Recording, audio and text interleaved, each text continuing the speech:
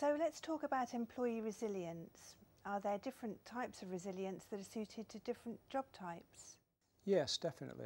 I think one of the things, people get very confused when you talk about resilience. They make the assumption, and there is some truth in it, that some people are resilient and some people aren't. Well, yeah, of course, generally, some people can cope with a lot more than other people can. That's true. But the critical thing is that people can cope more or less easily with different things that make demands on them in the workplace.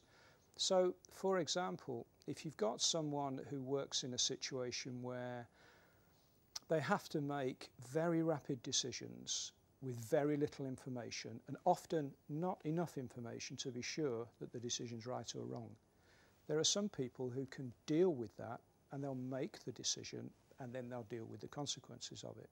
And they can keep doing that over time. Other people, for example, if they have to work in a situation where there are lots of personal relationship difficulties, so they spend a lot of time dealing with difficult people, they can deal with that. But if you swap those two people over, they might really struggle with each other's roles. So we've all got things that we are better able to cope with and less well able to cope with. So there are definitely different types of resilience, and they relate very much to the kind of demands that people's jobs make on them. But can you really train someone to be resilient regardless of their makeup?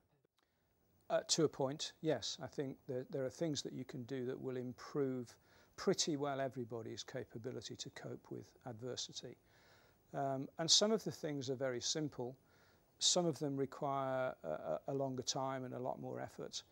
But, for example, we have and run half-day programs and one-day programs that focus on people in the workplace, look at a number of aspects of resilience, and generally the feedback from those is good and people's behaviour actually afterwards changes to some degree. Now, the thing is that not everybody benefits from everything that's in a program like that, but if you put up a menu of different things, you'll find that some people say, oh, that's really interesting, that's something that I've never thought of, or I didn't realise I could do it that way or look at it that way.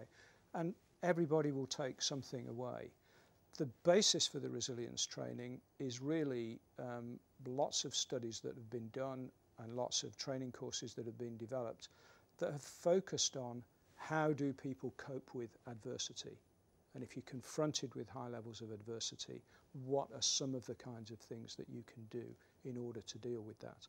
And it's then a relatively simple matter to embed that into a short or longer training program.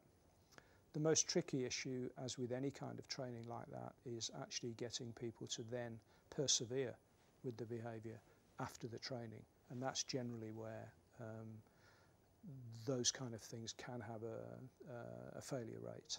So you have to also make sure that there's some follow-up and some support for people after the end of the programme.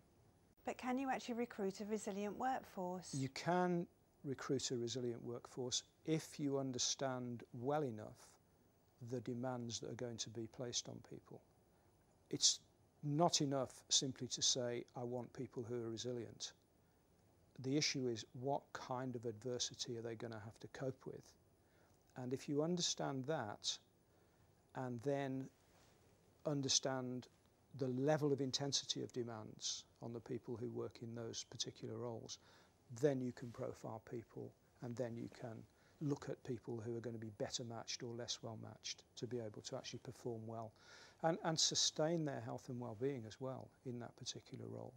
And it's definitely the case that if you recruit the wrong people, then it's bad for the organisation, it's bad for them, and everything goes wrong. If you recruit the right people, it works all round. It's well worth taking the time and trouble to actually understand what the requirements of the role are, what the demands of the job are, and where people are going to be confronted with high levels of adversity, and then profiling the individuals so that you can actually make a really effective match between the people who are possible candidates for the role and the requirements of the role itself.